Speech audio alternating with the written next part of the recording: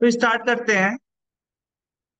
आज का जो हमारा टॉपिक है वो टॉपिक है calculation of calculation of minimum calculation of minimum molecular mass.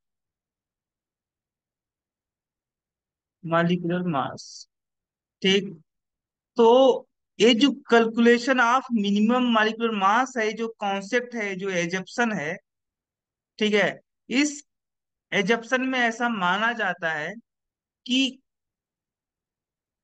क्या कि आपका गिवन कंपाउंड में कम से कम एक एटम आपका प्रेजेंट होना चाहिए। यानी ये जो कॉन्सेप्ट है calculation of minimum molecular mass, इसको कैसे आप यहाँ पे लिखोगे या कैसे आप डिफाइन करोगे? तो these assumption these assumption these calculation these calculation these calculation are based are based on assumption on assumption that given molecule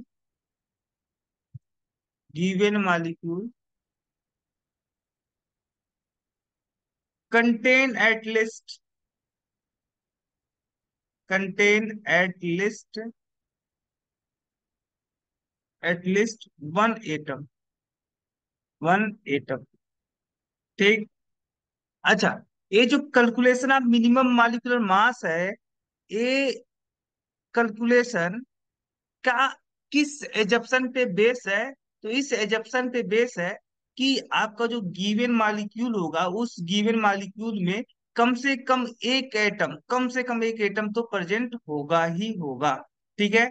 और ये जो यहाँ पे calculation of minimum molecular mass वाला कॉन्सेप्ट है, इसको हम फॉलोइंग एग्जांपल के थ्रू समझ सकते हैं। जैसे मान लो कि एक क्वेश्चन आपका दिया है इस तरीके से कि आपका hormone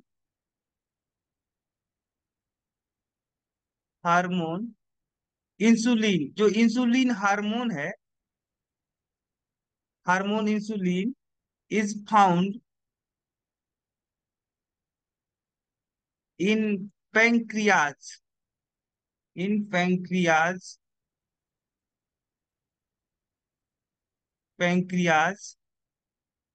and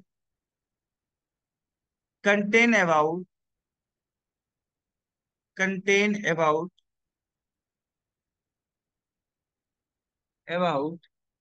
3.4 percentage of sulfur. Calculate its minimum minimum molecular mass. molecular mass।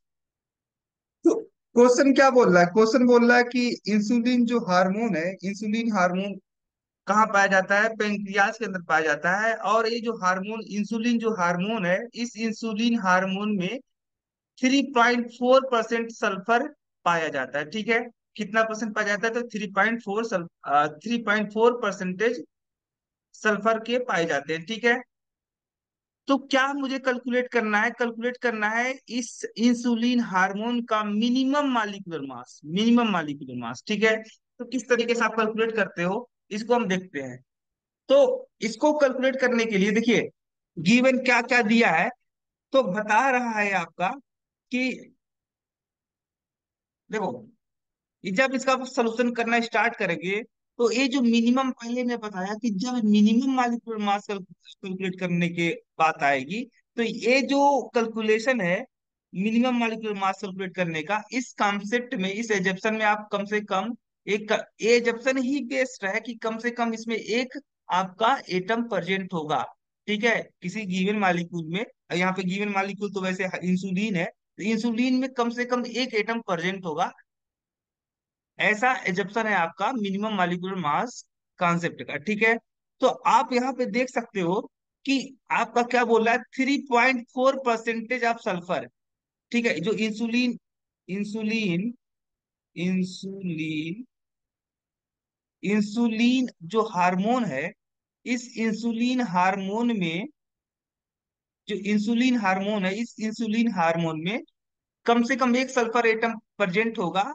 ऐसा आपको एजप्शन करना ही पड़ेगा, क्योंकि यहाँ पे क्या है, ये कॉन्सेप्ट जो है मिनिमम मॉलिक्यूलर मास का, ये यही बताता है कि आपका गिवन मॉलिक्यूल में कम से कम एक एटम होना चाहिए, ऐसा ही एज्यूम करके चलता है। तो इंसुलिन जो हार्मोन है, इस इंसुलिन हार्मोन में सल्फर का परसेंटेज कितना दिया है, तो 3.4। इस 3.4% का मतलब ये हुआ कि अगर आपका 100 ग्राम इंसुलिन है, 100 ग्राम आपका इंसुलिन 100 ग्राम आपका इंसुलिन है, तो इस 100 ग्राम इंसुलिन में कितना ग्राम सल्फर प्रेजेंट होगा, तो 3.4 ग्राम सल्फर प्रेजेंट होगा। थ्री कितना ग्राम सल्फर प्रेजेंट होगा, तो 3.4 ग्राम सल्फर प्रेजेंट होगा।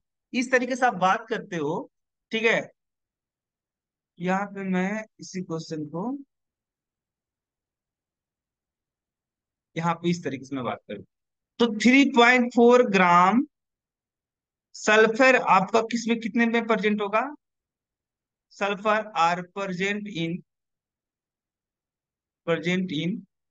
100 gram insulin.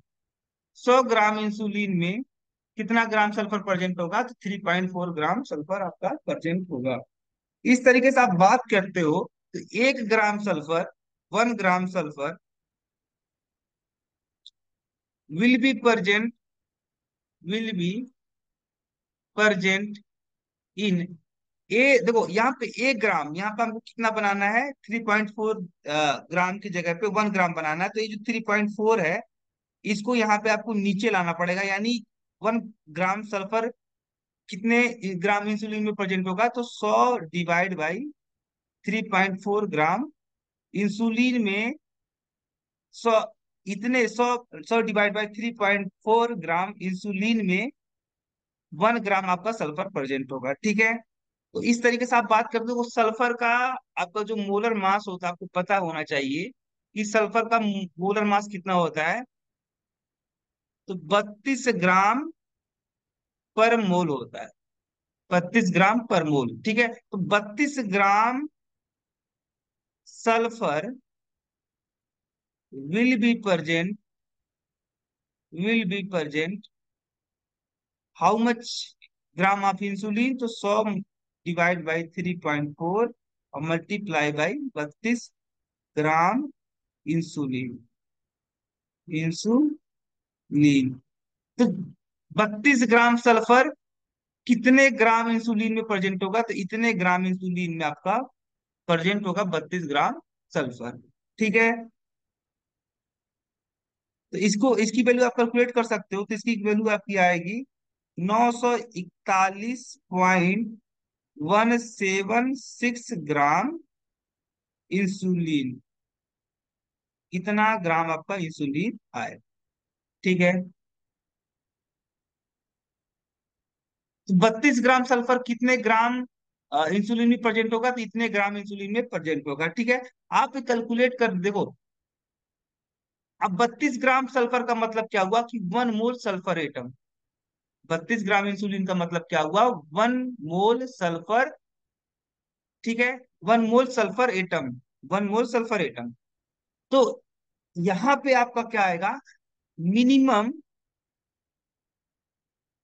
Minimum molecular mass minimum molecular mass कितना आएगा, तो आपका ये आएगा 1941.176 ग्राम इंसुलिन। ऐसा क्यों, ऐसा इसलिए क्योंकि जो मिनिमम मॉलिक्यूलर मास वाला कॉन्सेप्ट है, इस कॉन्सेप्ट में माना जाता है कि गिवन मॉलिक्यूल में कम से कम एटलीस्ट 1 एटम प्रेजेंट होगा। कितने एटम प्रेजेंट होगा, तो 1 एटम प्रेजेंट होगा। तो यहाँ पे 32 ग्राम सल्फर में कितना 32 ग्राम सल्फर कितने ग्राम इंसुलिन में प्रेजेंट होगा, तो इतने ग्राम इंसुलिन में प्रेजेंट होगा, ठीक है। यानी कहने का मतलब है कि 6.022 इंटू 10 पे पावर 23 सल्फर एटम आपका प्रेजेंट होगा 941.176 ग्राम इंसुलिन में, ठीक है। और यहाँ पे क्या माना जाता है, इस वाले कॉन्सेप्ट में कम से कम कितने एटम प्रेजेंट होना चाहिए, इतने एटम प्रेजेंट होना चाहिए, ठीक है। तो इस हिसाब से अगर आप बात करते हो तो इतना ग्राम इंसुलिन आपका ये जो आया है ना, ये आया है इस 941.176 ग्राम इंसुलिन जो होगा, ये 1 मोल इंसुलिन का मास है। कितने कितने मोल का मास है, तो वन वन मोल इंसुलिन का मास कितना है, 941.176 ग्राम इंसुलिन। तो यहाँ पे जो मिनिमम मालिक्यूलर मास आएगा वो कितना आएगा, 941.176 ग्राम आपका आएगा, ठीक है। मैं नेक्स्ट क्वेश्चन के लेके चलता, तो ये बात समझ में आ गई होगी कि जो मिनिमम मालिक्यूलर मास वाला कॉन्सेप्ट है, इस कॉन्सेप्ट में ऐसा माना जाता है कि गिवन मालिक्यूल में कम से कम एक आपका क्या होना चाहिए, एटम, मिनिमम 1 एटम आपके प्रेजेंट होना चाहिए, ठीक है। तो इस कॉन्सेप्ट को अगर मैं बात करूं तो दिया था कि जो इंसुलिन मॉलिक्यूल में सल्फर का परसेंटेज है वो 3.4% है, यानी इसका मतलब हुआ कि 100 ग्राम इंसुलिन में 3.4 ग्राम सल्फर प्रेजेंट होगा। इस तरीके से आप बात करते हो तो 32 ग्राम सल्फर में कितना, 32 ग्राम सल्फर कितने ग्राम इंसुलिन में प्रेजेंट होगा, तो 32 ग्राम सल्फर में आपका प्रेजेंट होगा कितने, 32 ग्राम सल्फर प्रेजेंट होगा 941.176 ग्राम। ये समझ रहे हो, यहाँ पे रुको, यहाँ पे मैं और अच्छे से समझाता हूँ। अगर देखो 32 ग्राम सल्फर का मतलब क्या हुआ यहाँ पे आपका, 32 ग्राम सल्फर का मतलब 1 मोल सल्फर, 1 मोल सल्फर, ठीक है। तो 1 मोल सल्फर, तो 1 मोल सल्फर की बात करते हो तो यहाँ पे क्या है, देखो ए जो इधर वाला आपका आया है, ए भी आपका, ए क्या आएगा, ए भी मोल ही है, ठीक है। एक मालिक्यूल कम से कम प्रेजेंट होना चाहिए, 1 मोल सल्फर आपकी प्रेजेंट है इतने ग्राम इंसुलिन में, ठीक है। 1 मोल सल्फर, जैसे क्या है कि मान लो सपोज दैट जो इंसुलिन है, इस इंसुलिन का मालिक्यूल जो फार्मूला है वो है XY सल्फर है, ठीक है। तो इस कॉन्सेप्ट में बताया जाता है कि कम से कम जो आपका गिवन मॉलिक्यूल है, इस मॉलिक्यूल में कम से कम एक एटम क्या होना चाहिए, आपका प्रेजेंट होना चाहिए। तो यहाँ पे आप बात करते हो तो एक एक एटम से ज्यादा है, ठीक है। तो इस हिसाब से यहाँ पे 1 मोल सल्फर जो है, इस देखो ये जो जो सल्फर एटम है ना, अगर मान लो ये 1 मोल है, 1 मोल आप ये इंसुलिन है, एक 1 मोल इंसुलिन, 1 मोल, 1 मोल इंसुलिन। तो इस 1 मोल इंसुलिन में कम से कम 1 मोल आपका सल्फर प्रेजेंट होना चाहिए। और यहाँ पे 1 मोल सल्फर की आप बात किए हो, यानी ये जो आया है आपका मास है, ये क्या मास है, ये मास है आपका 1 मोल इंसुलिन का मास है, 1 मोल इंसुलिन का मास है। तो 1 मोल इंसुलिन का मास जो होता है वही तो कहलाता है मालिक्यूलर मास। तो ये है आपका मालिक्यूलर मास, यानी आपका इंसुलिन का मालिक्यूलर मास कितना आया, 941.176 ग्राम आया। सेम तरीके से आप नेक्स्ट क्वेश्चन की बात करते करो। नेक्स्ट क्वेश्चन आपका है molecular mass, molecular mass of haemoglobin, haemoglobin, haemoglobin is कितना, 89,600 and it contain, it contain 0.25% iron, ठीक है, बाई मास, बाई मास। क्या कह रहा है, calculate, calculate the number of iron atom, the number of iron atom in 1 molecule of haemoglobin, in 1 molecule of haemoglobin, haemoglobin. ठीक है, तो ये क्या बोल रहा है कि हीमोग्लोबिन, यहाँ पे molecular mass of haemoglobin is इतना, यानी 1 मोल वेट, यानी क्या दिया है, वेट क्या दिया है, given weight of 1 mole haemoglobin का मास कितना दिया है।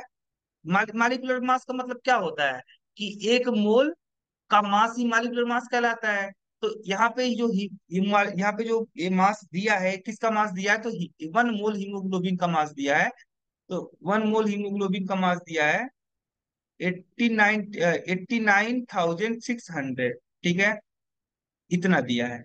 ये दिया है वास्तव में 1 मोल मालिकुलर मास ऑफ हीमोग्लोबिन दिया है, क्या दिया है, तो मालिकुलर मास ऑफ हीमोग्लोबिन। ठीक है, और क्या बोल रहा है कि एक, एक क्या है, it contain 0.25% iron by mass, यानी इसका मतलब हुआ कि अगर आप 100 ग्राम हीमोग्लोबिन लेते हो तो इस 100 ग्राम हीमोग्लोबिन में कितना ग्राम आपका आयरन प्रेजेंट होगा, तो 0.25 ग्राम आपका आयरन प्रेजेंट होगा। ये 100 ग्राम हीमोग्लोबिन में 0.25 ग्राम आयरन प्रेजेंट होगा। ठीक है, तो एक, देखो यहाँ पे वन, आप इस तरीके से बात करोगे अगर,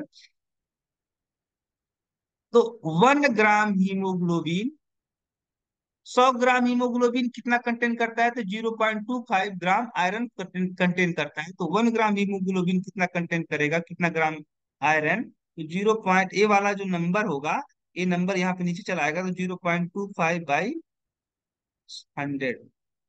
ठीक है, इतना ग्राम आपका आयरन कंटेन करेगा 1 ग्राम हीमोग्लोबिन। ठीक है,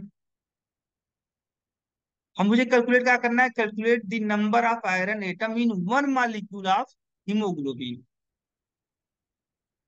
1 ग्राम, क्या, number of iron atom in 1 molecule, 1 molecule haemoglobin में आपको क्या देखना है, तो कितने आयरन कितने आपके यहाँ पे आयरन एटम होंगे। ठीक है, तो आपको पता है 10, 1 मोल हीमोग्लोबिन, 1 मोल हीमोग्लोबिन, सॉरी, इस सेम तरीके से आप बात करते हो, कितना दिया था यहाँ पे हीमोग्लोबिन का मास, हीमोग्लोबिन का मॉलिक्यूलर मास दिया था इतना ग्राम दिया था। ठीक है, यानी आपका अमाउंट ऑफ आयरन यहाँ पे कैलकुलेट करोगे आप, amount of iron in 89,600 gram. 1 gram haemoglobin आपका प्रेजेंट है, एक ग्राम हीमोग्लोबिन में इतना ग्राम आपका आयरन प्रेजेंट है। तो सेम तरीके से आप बात करते हो कि 89,600 ग्राम हीमोग्लोबिन में कितना आपका आयरन प्रेजेंट होगा। तो यहाँ पे आप क्या करोगे, इस नंबर से आप मल्टीप्लाई कर दोगे किसका, 89,600 का। ठीक है, ग्राम आपका क्या निकल कर आएगा, आयरन निकल के आएगा। तो ये कितना आपका आ रहा है यहाँ पे, 224 ग्राम। यानी इसका मतलब हुआ कि 18,600 ग्राम हीमोग्लोबिन में कितना ग्राम आपका सल्फर प्रेजेंट है, तो इतना ग्राम आपका सल्फर प्रेजेंट है। और ये जो है आपका इतना ग्राम हीमोग्लोबिन का मतलब 1 मोल, या 1 मोल हीमोग्लोबिन। ठीक है, 1 मोल हीमोग्लोबिन में इतना ग्राम आपका सल्फर, सॉरी आयरन, इतना ग्राम आयरन प्रेजेंट है। ठीक है, अच्छा, एक आयरन एटम का 1 मोल यहाँ पे आयरन का कितना होता है, एटॉमिक नंबर 26 होता है, और इसका जो आपका एटॉमिक मास होता है वो कितना होता है, तो आयरन का एटॉमिक मास होता है 54। ठीक है, 54 होता है। तो 54 होने से क्या होगा कि 1 मोल आयरन का मास कितना होगा, 54 ग्राम होगा। 1 मोल आयरन का मास कितना होगा, 54 ग्राम होगा। इस तरीके से अगर यहाँ पे आप 54 से डिवाइड कर देते हो तो कितना आ जाएगा ये,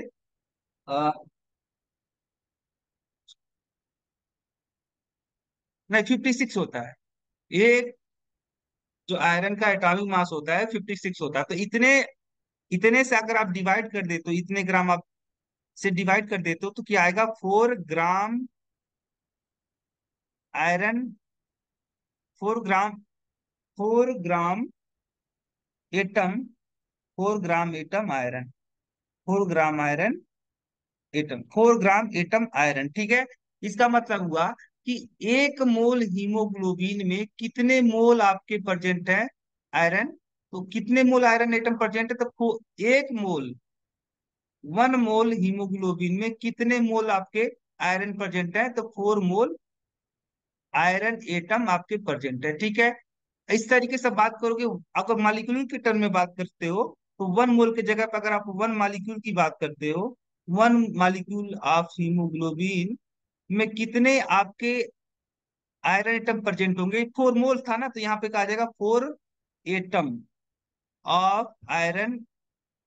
तो इसका मतलब यहाँ पे क्या निकल के आया कि 1 मालिक्यूल हीमोग्लोबिन में कितना आयरन एटम प्रेजेंट है, 1 मालिक्यूल हीमोग्लोबिन में, तो 4 एटम आपके आयरन के प्रेजेंट है, ठीक है। तो दिस इज योर आंसर। यहाँ पे यही कैलकुलेट करने को बोल रहा था कि 1 मालिक्यूल हीमोग्लोबिन में कितना एटम ऑफ आयरन प्रेजेंट होगा। तो यहाँ पे कितना निकल के आया, 4 एटम प्रेजेंट होंगे आपके 1 मालिक्यूल ऑफ हीमोग्लोबिन में, ठीक है। This is your answer.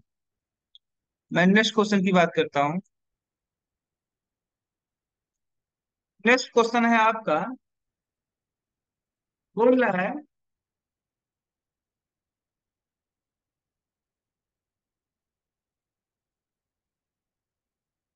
The dot, यहाँ पे एक ब्रैकेट लगाया है और यहाँ पे एक डॉट लगाया है, ठीक है। Formed by, formed by a ball pen, ball pen weight 1 milligram, 1 milligram, ठीक है। If it made, if it is made up, made up of carbon only, carbon only, then calculation, then calculate the number, calculate, calculate the number of iron atom, number of iron atom, iron atom present in it, present in it। देखो, इस question कहने का मतलब है, इस एक question में क्या है, एक डॉट बनाया है और ये बताया कि जो डॉट है आपका, जो बॉल पेन से ड्रा किया गया है, ये जो डॉट है, ये डॉट किससे मिलके बना है, तो केवल और केवल ये डॉट आपका कार्बन एटम से मिलकर के बना है, ठीक है। और इस डॉट का वेट कितना दिया है, तो इस डॉट का वेट आपका दिया है 1 मिलीग्राम। 1 मिलीग्राम का मतलब 10 की पावर -3। देखो, 1 ग्राम में कितने मिलीग्राम होते हैं, तो 1000 मिलीग्राम होते हैं, ठीक है। ये इसका मतलब हुआ कि 1 मिलीग्राम का मतलब हुआ कि 10 की पावर -3 ग्राम, ठीक है, इतना ग्राम दिया हुआ। तो आप बात करते हो number of mole, number of mole of carbon atom. क्यों कार्बन एटम में क्यों बात कर रहा हूँ यहाँ पे, तो कार्बन एटम इसलिए बात कर रहा हूँ क्योंकि यहाँ पे बताया गया है कि जो डॉट है वो डॉट केवल कार्बन एटम से मिलकर बना है। तो अगर मुझे ये पता करना हो कि इस डॉट के अंदर कितने मोल ऑफ कार्बन एटम प्रेजेंट है, तो मुझे यही कैलकुलेट करना पड़ेगा, number of mole of carbon atom. एक तो किसी भी मोल, आप जब मोल की बात करते हो, जब आप मोल कैलकुलेट करते हो, तो आपको यहाँ पे पता होना चाहिए कि number of mole equal to क्या होता है, weight upon, weight in gram divide by, अगर मालिक्यूल है तो मालिक्यूलर मास, एटम है तो एटॉमिक मास। क्योंकि यहाँ पे जो डॉट है एटम से मिलके बना, और आप क्या कैलकुलेट कर रहे हो, number of mole carbon atom ना, तो एटम यहाँ पे एटम जो वर्ड यहाँ पे टर्मिनोलॉजी आई है, एटम जो आया है, ये इस कारण से यहाँ पे क्या होगा, एटॉमिक मास होगा। एटॉमिक मास, ठीक है। तो वेट कितना दिया है, 1 मिलीग्राम, मतलब 10⁻³ ग्राम। और यहाँ पे एटॉमिक मास, तो कार्बन का एटॉमिक मास कितना होता है, तो कार्बन का एटॉमिक मास होता है 12 ग्राम, ठीक है, पर मोल। तो यहाँ से ग्राम कट गया। यहाँ से आप कैलकुलेट करोगे तो कितना आएगा, number of mole of carbon atom. Number of mole of carbon atom आपका निकल के आएगा 1/12 इंटू 10⁻³ ग्राम, ठीक है, इतना ग्राम। यानी इतना, ये मोल, ये क्या है आपका, number of mole of carbon atom. तो आपको पता है number of mole equal to, दूसरा भी फार्मूला आपको पता है, नंबर ऑफ पार्टिकल। अब पार्टिकल यहाँ पे कौन है, पार्टिकल के तौर पे यहाँ पे एटम है, ठीक है, क्योंकि बता रहा है कि एटम से मिलकर बना है। नंबर ऑफ पार्टिकल ब्रैकेट में atom divide by Avogadro number 6.022 × 10⁻³ ठीक है। तो नंबर ऑफ पार्टिकल, अभी यहाँ पे आप number of mole of carbon atom के मोलों की संख्या आपने निकाली है। और यहाँ पे क्या बात कर रहा है कि नंबर ऑफ का आपको कैलकुलेट करना है, नंबर ऑफ, आयरन क्यों लिख दिया, कार्बन होगा, number of carbon atom, number of, यहाँ पे क्या कैलकुलेट करना है, नंबर ऑफ कार्बन एटम। तो नंबर ऑफ कार्बन एटम क्या होगा आपका, यहाँ पे number of carbon atom, carbon atom is equal to, A वाला आपका यहाँ पे N multiply by Avogadro number. N की वैल्यू कितनी आई यहाँ पे निकल के, 1/12 × 10⁻³ इंटू 6.022 इंटू 10⁻²⁰, ठीक है। अब यहाँ से ये वैल्यू लगभग दो, ये जो वैल्यू है इसका, एक तो जो 12 है इसके क्या है, इसके कंपेयर में 2 गुना है, तो ये वाला यहाँ से आप अबाउट 2 आएगा यहाँ से। ये 6 से आप 6 मान सकते हो, 6 का आपको यहाँ से 6 और 12, यहाँ से आप, यहाँ से 6 कट गया, यहाँ से 12 कट गया, तो यहाँ पे 2 आएगा। तो यहाँ से आप क्या आएगा, 1/2 का मतलब 0.5, और यहाँ पे आपका आएगा 10⁻20, और ये कितना आएगा 5। इसका मतलब क्या हुआ कि 5 × 10⁻19 इतने कार्बन एटम आपके प्रेजेंट होंगे, जो गिवन इन गिवन डॉट, इतने कार्बन एटम प्रेजेंट होंगे किसमें, इन गिवन डॉट। जो डॉट आपका दिया था उस गिवन डॉट में कितने कार्बन एटम प्रेजेंट होंगे, तो इतने कार्बन एटम प्रेजेंट होंगे। दिस इज योर आंसर, ठीक है।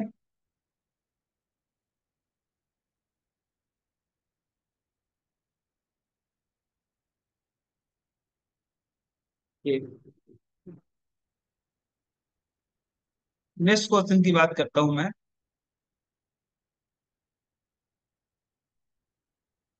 नेक्स्ट क्वेश्चन आपका इस तरीके से है कि यहाँ पे बोल रहा है कि if a person, if a person count 4 wheat grain, 4 wheat grain, wheat grain per second, per second, then how much time,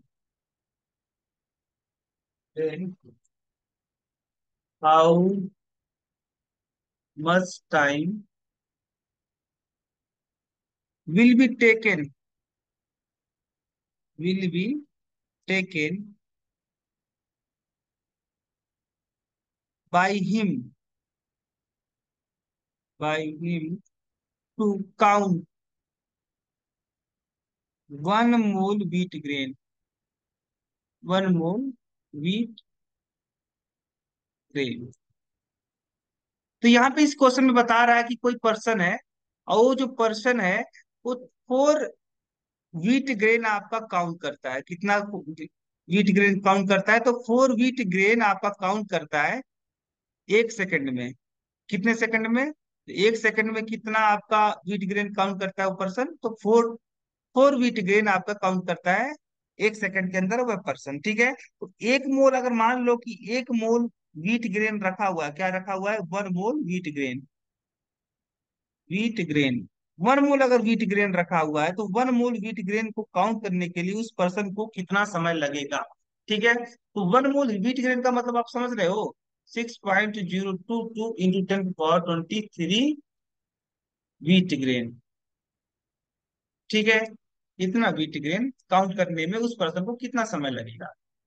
तो देखो, 1 सेकंड के अंदर वो व्यक्ति कितना व्हीट ग्रेन काउंट करता है, तो 4 व्हीट ग्रेन काउंट करता है। तो इस तरीके से आप बात करते हो कि 1 व्हीट ग्रेन काउंट करने में उसे कितना समय लगेगा, 1 व्हीट ग्रेन काउंट करने में उसे लगेगा 1/4 सेकंड लगेगा। ठीक है, सेम तरीके से आप बात करते हो, तो अगर दोनों पक्षों में, अगर मैं दोनों साइड में अगर आप मल्टीप्लाई कर मैं कर देता हूँ, 6.022 × 10⁻23, तो क्या होगा, 6.022 × 10⁻23 व्हीट ग्रेन काउंट करने में, व्हीट ग्रेन काउंट करने में उस व्यक्ति को कितना समय लगेगा, तो 1/4 × 6.022 × 10⁻23 सेकेंड आपका समय लगेगा उस व्यक्ति को काउंट करने में। ठीक है, अब इस सेकंड को, ये जो सेकंड देखो, ये जो समय आया है वो सेकंड में आया है।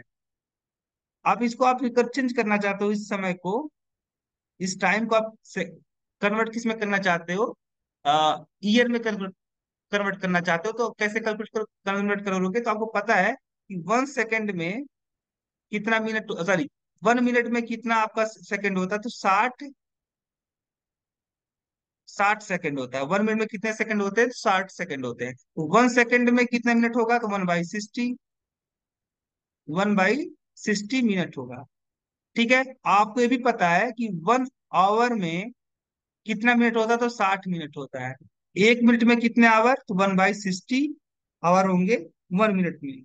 1 मिनट में कितने आवर होंगे, तो 1/60 आवर होंगे। तो यहाँ पे 1 मिनट का मतलब 1/60 आवर।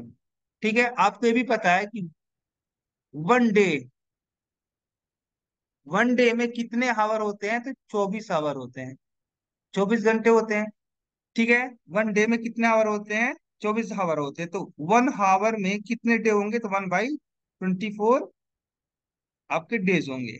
तो यानी यहाँ पे आप क्या लिख सकते हो, 1/60 × 1/60, और 1 आवर की जगह क्या लिखोगे, 1/24 डेज। ठीक है,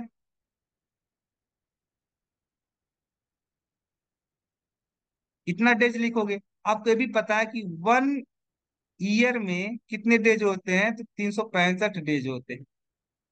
तो 1 डेज में कितने ईयर, 1/365 ईयर होंगे। ठीक है, तो यहाँ पे जहाँ पे डे लिखा है, ये 1 डे में कितने ईयर होते हैं, तो 1/365 ईयर। तो 1 डे के जगह पे क्या रख दोगे आप, 1/365। तो यहाँ पे कितना आएगा, 1/60 × 60 × 24 इंटू कितना आ जाएगा, 365 डेज आ जाएगा। ठीक है, ये 1 सेकंड के इक्वल चल रहा है भाई, 1 सेकंड के इक्वल। ठीक है, सॉरी ईयर, यहाँ पे क्या बन जाएगा, ईयर।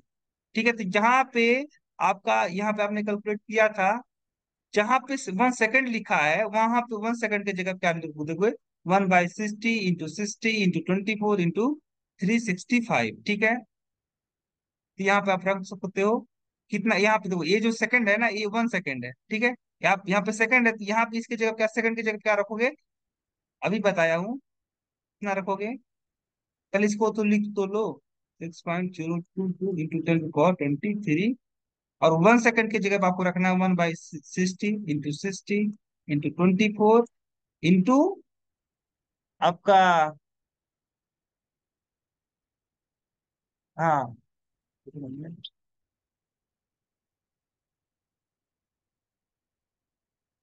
पेज 1, वो ईयर में कितने डेज होते हैं, 365 दिन होते हैं। हाँ ठीक है, कोई दिक्कत नहीं है। यहाँ पे क्या, 365, अब इसको आप कैलकुलेट करोगे तो ईयर में आएगा, किस में आएगा, ईयर में। ये आप कैलकुलेट कर सकते हो, तो ये इसका जो आंसर आएगा, आंसर इसका आएगा 4.77 इंटू 10 पावर 15 ईयर। इतना आपको ईयर लग जाएगा 1 मोल व्हीट ग्रेन को कैलकुलेट करने के लिए, जिस हिसाब से, जिस सिचुएशन के हिसाब से इस क्वेश्चन ने दिया है कि अगर पर्सन आपका 4 व्हीट ग्रेन काउंट करता है 1 सेकंड में, तो 1 मोल व्हीट ग्रेन काउंट करने में उसे कितना समय लगेगा, तो इतना ईयर समय लगेगा उसको काउंट करने में, 1 मोल व्हीट ग्रेन काउंट करने में इसे इतना ईयर लग जाएगा। ठीक है, this is your answer, this is your answer. Next question की बात करते हैं। नेक्स्ट क्वेश्चन आपका है कि सेम तरीके से मैं एक और क्वेश्चन की बात करता हूं। If a person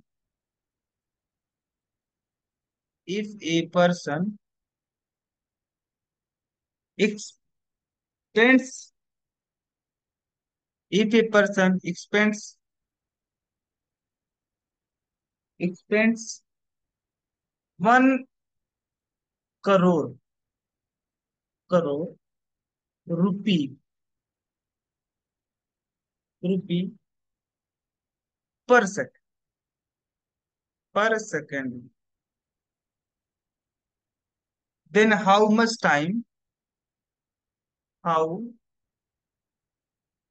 time taken by person taken by him to expends 1 mole रुपी।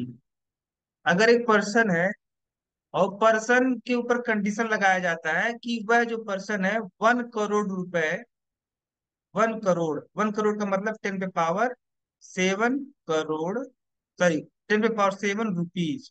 1 करोड़ का मतलब 10 पे पावर, तो 10 पे पावर 6 का मतलब होता है कितना, 10 लाख। तो 10 पे पावर 7 का मतलब क्या होगा, 1 करोड़। ठीक है, तो क्या बताया जा रहा है कि 1 करोड़ रुपए खर्च करता है कितने समय में, तो 1 सेकंड में वो खर्च करता है। 1 सेकंड में पर्सन कितना खर्च कर रहा है, 1 सेकंड में कितने रुपए खर्च कर रहा है, तो 10 पे पावर 7 रुपए रुपी आपका खर्च कर रहा है। ठीक है, 1 सेकंड में 10 पे पावर 7 रुपी खर्च कर रहा है पर पर्सन। 1 मोल रुपए का मतलब आप समझ रहे हो, 1 मोल रुपए का मतलब होगा आपका 6.022 इंटू 10 पे पावर 23 रुपए रुपी। ठीक है, अब बात करोगे कि 1 रुपी खर्च करने में उसे कितना समय लगेगा, तो 1/10 पे पावर 7 सेकेंड आपका लगेगा उस पर्सन को खर्च करने में। 1 करोड़ रुपए यानी 10 नहीं, 1 रुपए खर्च करने में उसे कितना समय लगेगा, यहाँ पे ये आप यहाँ पे डिवाइड से कर दोगे, यानी 1/10 पे पावर 7 सेकेंड लगेगा उस पर्सन को खर्च करने में। 1 रुपए खर्च करने में उसे 1/10 पे पावर 7 सेकेंड समय लगेगा। ठीक है, तो 1 रुपए की जगह पे आप यहाँ पे क्या रख दोगे, 1/27 सेकेंड।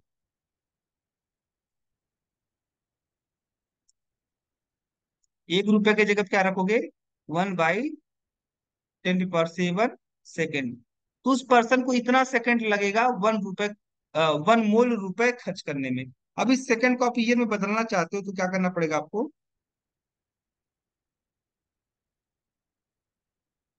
तो अगर आप इसे सेकंड को ईयर में बदलना चाहते हो तो ऐसे करना पड़ेगा आपको, 6.022 इंटू 10 पे पावर 23, और यहाँ पे 1/10 पे पावर 7 था ही। तो 1 सेकंड में आपको पता है कि कितना मिनट होता है, सर 1 मिनट में कितना सेकंड होता है, तो 60 मिनट होता है। और 1 आवर में कितना मिनट होता है, तो 60 मिनट होता है। और 1 डेज में कितना आपका, 1 डेज में कितना आवर होते हैं, तो 24 डेज आवर होते हैं। और 1 ईयर में कितने आपके डेज होते हैं, 365 डेज होते हैं। ठीक है, तो यहाँ पे आप ये वैल्यू कैलकुलेट कर लोगे, तो ये जो वैल्यू आएगी आपकी, वो आ रही है आपकी 1.9098 इंटू 10 पे पावर 10 ईयर। ठीक है, तो इतना ईयर उसमें लग जाएगा। सॉरी, यहाँ पे आपका आएगा 10 पे पावर 9 आ जाएगा, 10 पे पावर 9। ठीक है, तो इतना ईयर उसको लग जाएगा खर्च करने में। इतना ईयर का मतलब समझ रहे हो कितना? आप 10 पे पावर 9, इसको वैल्यू इसको छोड़ ही दो अभी। प्रेजेंट टाइम में लगभग दो है, ये दो ही मान लो, चलो ठीक है दो मान लो, अबाउट टू है, तो 2 × 10 पावर 9 ईयर लगेगा उसे 1 मूल रुपए खर्च करने में। जबकि आप जरा सोच ही सकते हो कि 1 सेकेंड में वह 1 करोड़ रुपए खर्च कर देता है, और लगातार आपको खर्च करने हैं, तो कितने ईयर लग रहे हैं यहाँ पे 1 मूल रुपए खर्च करने में? तो 2 × 10 पे पावर 9 ईयर।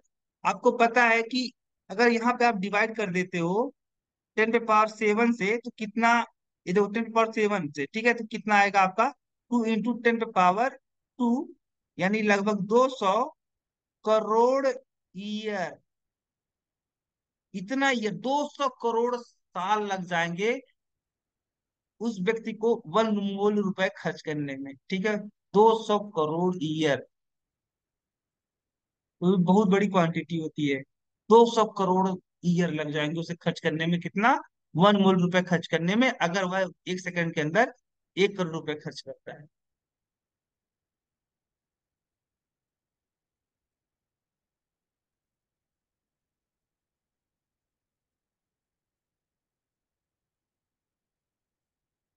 नेक्स्ट क्वेश्चन की बात करते हैं।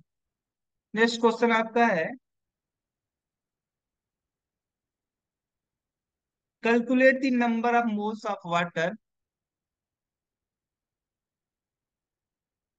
Calculate the number of moles of water in 488, in 488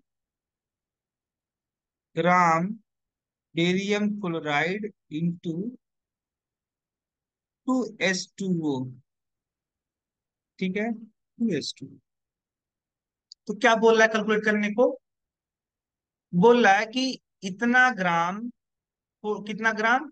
488 gram barium chloride into 2H2O का कोई ए आपका क्या है दिया है? ए आपका कोई सबस्टांस दिया है जिसका मॉलिक्यूलर फार्मूला, सबस्टांस आपका ए सबस्टांस दिया है जिसका मॉलिक्यूलर फार्मूला क्या है? Barium chloride into 2H2O, hydrated form में, बेरियम क्लोराइड हाइड्रेटेड फॉर्म में। ठीक है, तो इतने इतने gram barium chloride, hydrated barium chloride में, 488 ग्राम हाइड्रेटेड बेरियम क्लोराइड में कितना मोल वाटर प्रेजेंट होगा, इसे हमें कैलकुलेट करना है। कैसे कैलकुलेट करोगे? तो आपको पता है कि नंबर ऑफ मोल, देखो ए जो आपका है, ए वन, क्या है? वन मॉलिक्यूल है। क्या है? One molecule. ठीक है, तो number of mole of hydrated barium chloride, number of mole of hydrated barium chloride molecule. क्या निकाल रहे हो आप? नंबर ऑफ मोल किसका? हाइड्रेटेड बेरियम क्लोराइड का। तो क्या आएगा यहाँ पे? Weight upon molecular mass. ठीक है, वेट कितना दिया है? 488 ग्राम दिया है। और मॉलिक्यूलर मास किसका, इसका कितना आएगा? तो बेरियम क्लोराइड का आपको पता है कि इसका टोटल मास आप कैलकुलेट करोगे तो आएगा 244 ग्राम पर मोल आएगा। ठीक है, तो यहाँ पे आपको रख दो 244 ग्राम पर मोल। यहां से एक कट गया, ग्राम से ग्राम कट गया, आएगा 2 मोल आएगा। कितने मोल आए? 2 मोल आए। आपको पता है कि एक मालिक्यूल में, यानी वन वन मोल, देख रहे हो, वन मालिक्यूल में कितने मालिक्यूल ऑफ वाटर प्रेजेंट है? 1 mole, one molecule of hydrated barium chloride में 2 मालिक्यूल ऑफ वाटर प्रेजेंट है। One molecule hydrated barium chloride में कितने मालिक्यूल ऑफ वाटर प्रेजेंट है? तो 2 मालिक्यूल ऑफ वाटर प्रेजेंट है। इस तरीके से अगर 2 मोल की आप बात करते हो, 2 मोल में कितने वाटर प्रेजेंट होंगे, कितने मोल ऑफ वाटर प्रेजेंट होंगे? तो 4 मोल ऑफ वाटर आपके प्रेजेंट होंगे, क्योंकि एक एक molecule of barium, hydrated barium chloride में कितने मालिक्यूल ऑफ वाटर प्रेजेंट है? तो 2 है, यहाँ पर 2 आपको दिख ही रहा है। सेम तरीके से अगर 2 मोल की बात करते हो, तो 2 मोल हाइड्रेटेड बेरियम क्लोराइड में कितने मोल ऑफ वाटर प्रेजेंट होंगे? तो 4 होंगे, इसका 2 गुना। ठीक है, तो this is your answer. This is your answer. ठीक है, मैं नेक्स्ट क्वेश्चन की बात करता हूँ।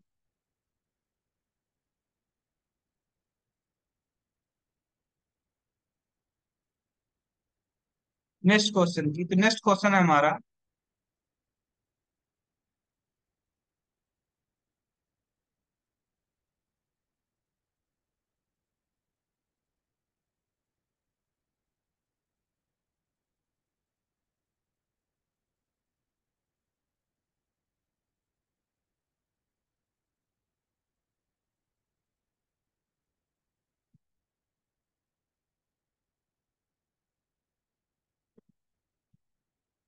बहुत बढ़िया सा क्वेश्चन हम लेके चलते हैं। तो यहाँ पे बोल रहा है कि A and B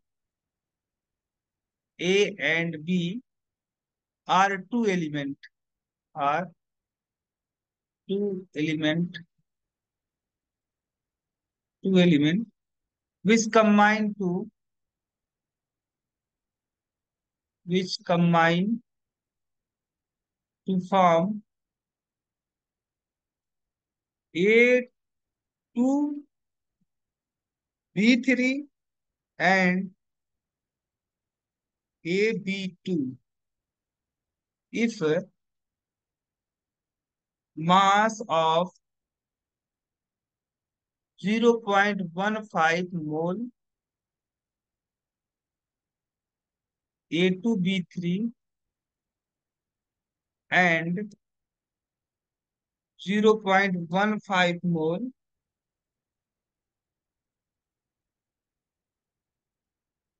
AB2 are कितना? तो 15.9 gram and 9.3 gram respectively, respectively. Then calculate the atomic mass.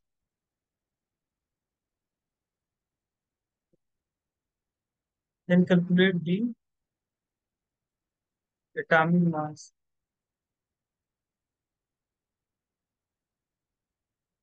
Calculate the atomic mass of A and B. ठीक है, क्या कैलकुलेट करना है? ए और बी का एटॉमिक मास कैलकुलेट करना है। क्या क्या दिया है? पहले नंबर गिवन क्या क्या दिया है आपका? इस क्वेश्चन में आपका दिया है कि दो एलिमेंट है, एक कोई एलिमेंट ए है और एक कोई दूसरा एलिमेंट है बी। ठीक है, ये जब दोनों कंबाइन करते हैं तो दो टाइप के कंपाउंड बनाते हैं, जिनका मॉलिक्यूलर फार्मूला इस तरीके का दिया है। तो एक का मॉलिक्यूलर फार्मूला आपका क्या है? A2B3, और दूसरे का A B2। क्या बोल रहा है कि एक जो मॉलिक्यूल या जो कंपाउंड आपका बना है A3B3, इसका अगर 0.15 मोल लेते हो, तो 0.15 मोल A2B3 टाइप कंपाउंड का जो मास होगा वो कितना होगा? इतना होगा। ठीक है, और ए जो अगर आप लेते हो AB2 टाइप ऑफ कंपाउंड का 0.15 मोल, तो इसका मास कितना आ रहा है? 9.3 ग्राम आ रहा है। ठीक है, क्या कैलकुलेट करना है? Atomic mass of A and B. Let, तो आपको सबसे पहले जिस चीज को कैलकुलेट करना है उसको आप क्या कहोगे? Let A let atomic mass of A is small A, और atomic mass of B is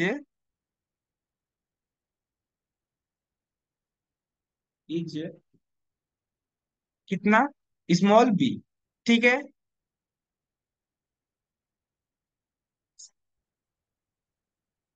इतना।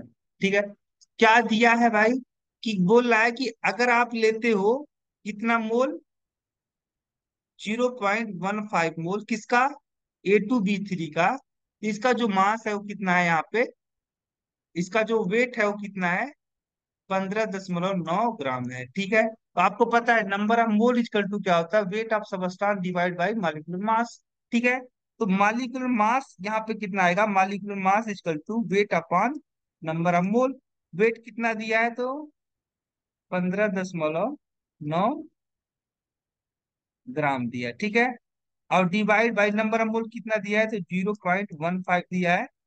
आप इसे डिवाइड करते हो तो कितना आएगा, 159 इतना आएगा, और डिवाइड बाई 15, तो आप यहाँ से डिवाइड करो, 15 तो कितना आएगा यहाँ पे, 106 आएगा, ठीक है। तो एम का मतलब यहाँ पे मालिकुलर मास, किसका मालिकुलर मास, तो इसका molecular mass, A two B शायद ए टू बी थ्री था, A two B three A two B three type compound का जो मालिकुलर मास आ रहा है वो कितना आ रहा है, यहाँ पे एम आप 106 आ रहा है, ठीक है। 106 का मतलब हुआ यहाँ पे एम का, एम की जगह क्या रख सकते हो यहाँ पे, तो एट 2 × एटॉमिक मास ऑफ ए, तो एटॉमिक मास ऑफ ए कितना है, ए है स्मॉल ए, और 3 × atomic mass of B, B का एटॉमिक मास क्या है, तो स्मॉल बी है, ठीक है। यानी 2a + 3b इजकल टू 106, ठीक है। तो इक्वेशन आपका ये फर्स्ट बन गया, मान लो ये क्या बन गया आपका इक्वेशन फर्स्ट, ठीक है। सेम तरीके से आप बात कर रहे हो कि अगर 0.15 मोल किसका है, ए बी टू ही था ना, हाँ ए बी टू ही था, ए बी टू कितना, हाँ ए बी टू, अगर क्या है 0.15 मोल ए बी टू कंपाउंड लेते हो तो इसका जो वेट आ रहा है कितना आ रहा है, 9.3 ग्राम, 9.3 ग्राम आ रहा है, ठीक है। तो इस तरीके से आप बात करते हो, आपको पता है number of mole equal to क्या था, weight upon molecular mass, molecular mass equal to क्या होता है, weight upon number of mole. Weight कितना दिया, 9.3 ग्राम दिया है, और यहाँ पे नंबर ऑफ मोल कितना दिया है, नंबर ऑफ मोल 1.5 दिया है, ठीक है। तो अब मालिक्यूलर मास कितना आएगा, एम इक्वल टू, यहाँ पे आप मल्टीप्लाई करो 100 से ऊपर नीचे तो आएगा इतना, 15×6 = 90, और यहाँ पे 30 हो गया, 15×2 = 30, ठीक है। यानी एम इक्वल टू कितना है, 62। यहाँ पे किसका मालिक्यूलर मास, इस कंपाउंड का मालिक्यूलर मास है, इस कंपाउंड का मालिक्यूलर मास कैसे निकलेगा, तो 1 × एटॉमिक मास ऑफ ए का atomic mass small A, plus 2 × atomic mass of B, B का एटॉमिक मास कितना है, स्मॉल बी, A + 2B = 62, ठीक है। दिस इज इक्वेशन आपका ए इक्वेशन आपका है सेकंड, ठीक।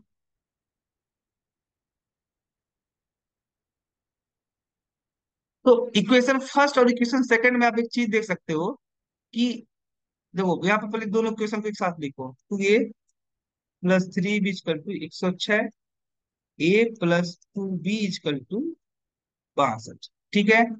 अगर मैं कहूं कि इस इक्वेशन को आप दो से मल्टीप्लाई कर दो, तो दो से मल्टीप्लाई करने से क्या होगा, यहाँ पे 2 आ जाएगा, यहाँ पे 4 आ जाएगा, और एक कितना हो जाएगा, 62 दूनी आपका 124, कितना आएगा, 124, ठीक है। ये दो हटाओ। अगर मैं कहूँ कि अब यहाँ पे माइनस माइनस माइनस में कर देता हूँ तो ये वाला कट गया, और 3a में से आ 3b में से 4b गया तो कितना है, माइनस बी आया, और 124 में से 106 चला जाएगा, यहाँ पे माइनस था, बड़ी वाली संख्या माइनस है, इस कारण से क्या होगा, 118, 106, 24, हाँ क्या आएगा, -118 आएगा, यानी बीच का भी कितना आएगा, 118 है, ठीक है। यानी बी का जो एटॉमिक मास होगा वो कितना होगा, 118 ग्राम पर मोल होगा, ठीक है, ग्राम पर मोल। और सेम तरीके से आप ये ए बी की वैल्यू, 118 की वैल्यू यहाँ पे क्या रख देते हो, बी की वैल्यू 118 है, यहाँ पे कुछ गड़बड़,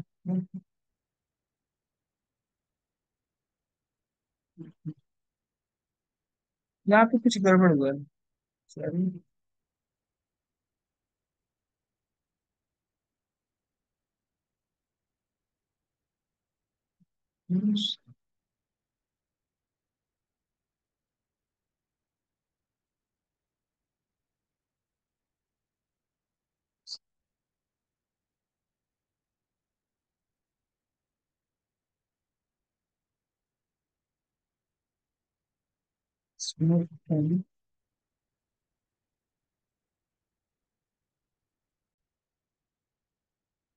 हाँ, तो यहाँ पे देखो गड़बड़ी यहाँ पे ये ऐसा आ रहा था कि यहाँ पे बीज कल्टू 118 नहीं, जबकि केवल 18 होगा।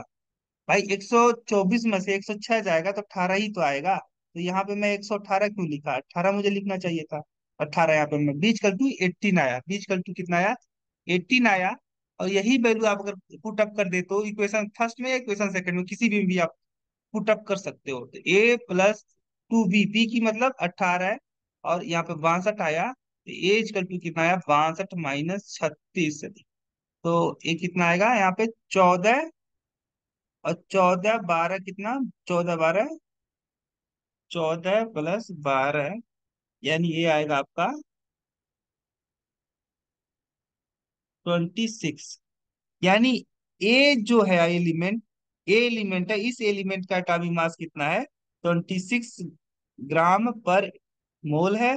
और बी जो एलिमेंट है इसका जो एटॉमिक मास है वो कितना है, 18 ग्राम पर मोल है। ठीक है, this is your answer for this given question answer. ठीक है, तो आज के लिए इतना ही रखते हैं।